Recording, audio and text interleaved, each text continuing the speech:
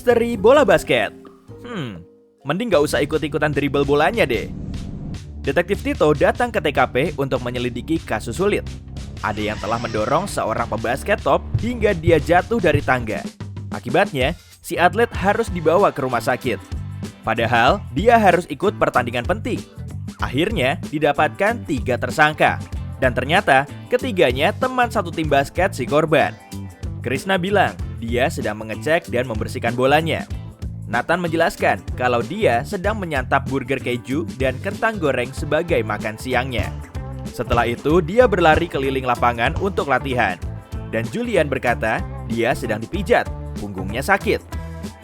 Detektif Tito pun segera tahu pelakunya. Apa kamu juga bisa menebaknya dalam 8 detik?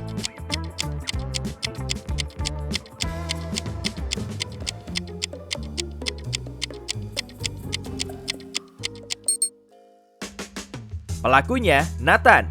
Dia yang telah mendorong pebasket itu. Atlet mana yang makan sebanyak itu sebelum berlatih? Mobil misterius. Irfan dan Ilyas punya toko kecil di sebuah kota kecil. Suatu hari, mereka begadang untuk mendiskusikan masalah bisnis.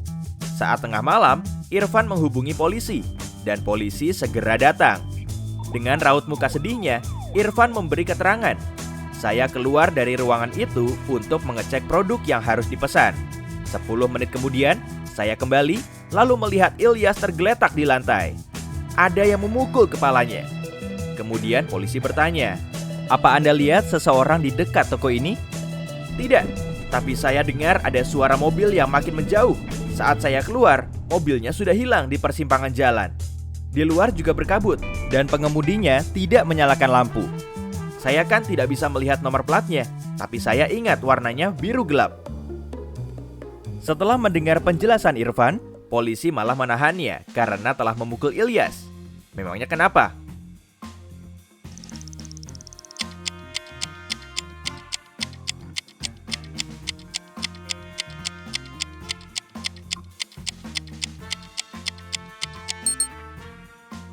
Kalau cuacanya gelap dan berkabut, kita tak mungkin lihat warna biru gelap kan?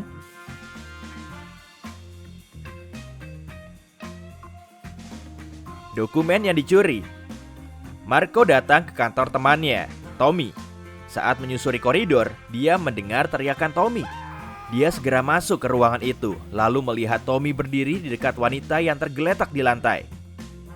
"Ini sekretarisku, Linda. Aku baru kembali dari istirahat makan siangku dan melihatnya pingsan.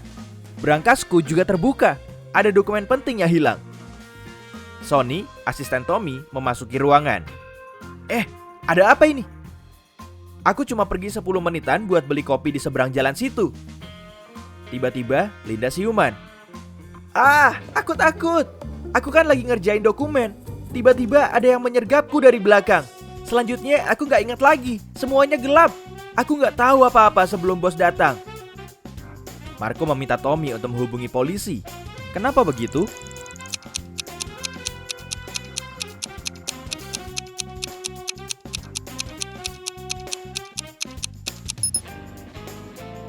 Kalau si sekretaris pingsan, kenapa dia tahu kalau Tommy yang menyelamatkannya?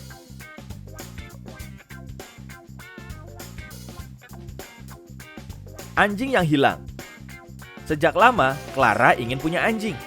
Baru minggu lalu, dia bisa mendapatkan anjing yang lucu. Tapi suatu malam, saat dia pulang, anjingnya hilang. Di situ cuma ada catatan yang isinya, "Kalau kamu ingin mendapatkan anjingmu lagi, taruh uang 100 juta rupiah di dekat petak bunga yang ada di taman." Clara langsung menghubungi temannya, Aslan. Dia sangat menyukai teka-teki detektif. Lalu, keduanya menginterogasi tetangga Clara. Saat Pak Joni membuka pintu, dia terlihat kelelahan. Setelah Clara dan Aslan menanyakan soal anjing yang hilang, pria itu cuma menghela napas. Istriku baru saja melahirkan anak pertama kami. Kami sudah cukup stres dengan ini." Bu Andini malah marah setelah mendengar pertanyaan itu. "Aku tidak pernah mencuri hewan peliharaan orang lain. Lagian, aku sudah punya 3 kucing dan 2 anjing yang sudah jadi keluargaku." Pak Muklas juga tidak senang diberi pertanyaan serupa. "Aku alergi pada hewan. Mending jauh-jauh sajalah." Lalu dia bersin keras sekali. Saat kembali ke rumah, Aslan memberitahu Clara si pencuri anjingnya itu. Apa kamu bisa menebaknya?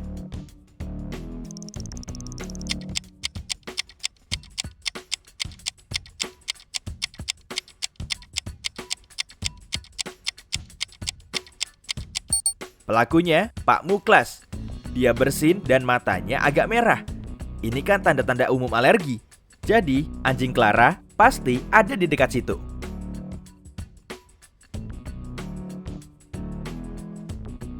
Mobil yang rusak. Pak Dava menghubungi polisi. Dia sangat marah.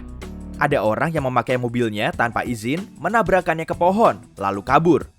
Dia curiga kalau pelakunya salah satu remaja yang tinggal di daerah situ. Lalu, polisi menanyai 3 remaja. Maya bilang dia bekerja paruh waktu di kedai kopi. Saat insiden itu terjadi, dia sedang bekerja. Adrian bilang ke polisi kalau dia sedang dihukum oleh orang tuanya. Ayahnya menyuruh dia membersihkan perapian, dan dia belum menyelesaikannya saat peristiwa itu terjadi. Dan Iwan mengaku kalau dia sedang menonton film serial terbaru bersama temannya. Setelah mendengar semua keterangan itu, polisi menahan salah satu tersangka. Kamu punya 8 detik untuk menebak siapa pelakunya.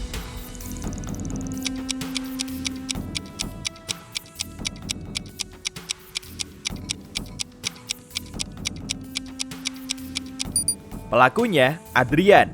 Rumahnya tidak punya cerobong asap, jadi tidak ada perapian di dalamnya. Mana mungkin dia membersihkannya, kan? Suaminya yang mana? Suami Nana, Panji, adalah seorang petualang. Dia ikut ekspedisi ke Antartika dan belum kembali. Nana jadi risau. Mungkin hal buruk telah menimpa suaminya. Dia mengumpulkan beberapa temannya, lalu menyusul ke Antartika untuk mencari Panji. Sesampainya di sana, mereka melihat tenda Panji terbengkalai. Nana mengusulkan agar mereka berpencar dan menyusuri area tersebut. Dia sudah mencari-cari selama sekitar 1 jam. Tiba-tiba, kakinya menginjak lubang yang tertutup salju. Dia pun terperosok sampai beberapa meter. Saat tersadar, Nana sudah ada di ruangan besar yang terlihat seperti lab. Saat berbalik, dia kaget setengah mati, lalu menjerit. Di hadapannya ada 2 bongkahan es besar, dan di dalamnya ada suaminya. Kedua pria itu terlihat sangat identik. Bagaimana cara Nana membedakan keduanya? Wanita itu tahu kalau waktunya sangat terbatas, jadi dia harus segera memutuskan. Beberapa detik kemudian, dia tahu pria mana yang jadi suaminya itu. Apa kamu juga bisa menebaknya?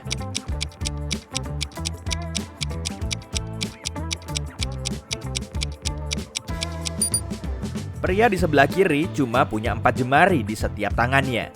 Yang di sebelah kanan jarinya lengkap. Apalagi dia pakai kalung dengan bandul huruf N. Cerdas Nana, tapi suamimu masih terkurung di dalam es tuh.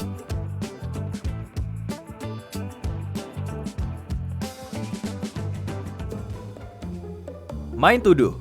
Kemal sedang rebahan di rumahnya saat bel depan berdering. Dia pun mengeceknya. Di ambang pintu sudah ada 2 orang polisi. Kedua polisi itu menjelaskan, tetangga Kemal yang memanggil mereka. Kemal, tetangga saya yang kurang ajar ini sudah menghina saya, kata si tetangga. Saat saya masuk ke mobil untuk menjauh, dia mengejar saya, lalu melempar batu. Kaca mobil saya jadi hancur. Bisa dibilang Kemal sangat terkejut. Kemudian dia mohon izin untuk menelepon temannya, Jason, seorang detektif swasta. Jason pun segera meluncur ke TKP. Bersama kedua polisi tadi, dia memeriksa mobil milik tetangga Kemal. Setelah selesai, si polisi malah menahan si tetangga. Dan Jason segera memberitahu Kemal kalau semuanya baik-baik saja. Bagaimana Jason dan polisi bisa tahu kalau Kemal tidak bersalah?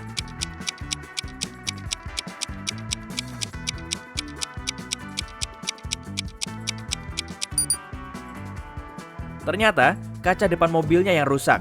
Kalau memang Kemal mengejar mobil itu, seharusnya batu itu mengenai kaca belakang. Si kembar yang merisaukan. Jaka dan Joni adalah saudara kembar. Keduanya pencuri dan sudah jadi buronan selama bertahun-tahun. Publik jadi lega saat salah satu saudara kembar ini masuk jebakan. Dia masuk ke villa milik pengusaha kaya tanpa izin. Tapi polisi mengalami kesulitan. Mereka tidak tahu siapa yang mereka tangkap, Jaka atau Johnny. Keduanya sangat mirip. Si penjahat juga bungkam. Polisi cuma tahu dua hal. Jaka selalu berbohong dan Johnny selalu berkata jujur. Pertanyaan apa yang harus mereka ajukan untuk mengetahui nama pencuri itu? Kamu punya 8 detik untuk menebaknya.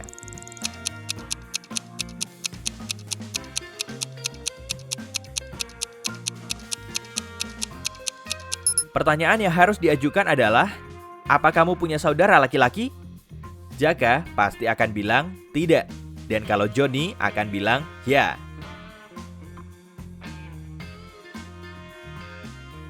Ban kempes. Robby anak yang cerdas. Kemampuan analisisnya sangat cemerlang dan kemampuan logikanya juga terasa. Dia sedang diantar oleh orang tuanya menuju kompetisi matematika di luar kota. Mobil mereka sedang melaju kencang saat terdengar ledakan keras. Ayah Robby jadi hilang kendali. Beruntungnya, dia bisa menghentikan mobilnya di tepi jalan. Mereka pun segera keluar mobil untuk mengecek kerusakannya. Oh, bannya kempes, tidak ada serepnya. Padahal kompetisi matematika Robby sebentar lagi mulai. Tiba-tiba ada truk bak terbuka yang berhenti. Pengemudinya menawarkan bantuan. Saya punya ban serep. Bisa saya kasihkan 1 kok, tapi tidak gratis. Si pengemudi memberitahu harganya.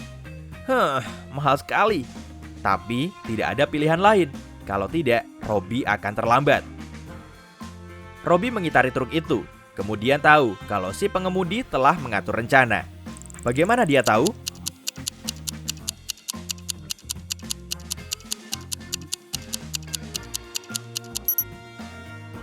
Yang katanya ban serep di dalam truk itu jauh lebih kecil daripada ban yang terpasang di truknya. Hey! Jika kamu belajar hal baru hari ini, klik tombol suka di video ini lalu bagikan pada teman-temanmu. Inilah beberapa video menarik lainnya yang bisa kamu tonton. Klik saja video di salah satu sisi layar dan ingat, tetaplah di sisi terang kehidupan.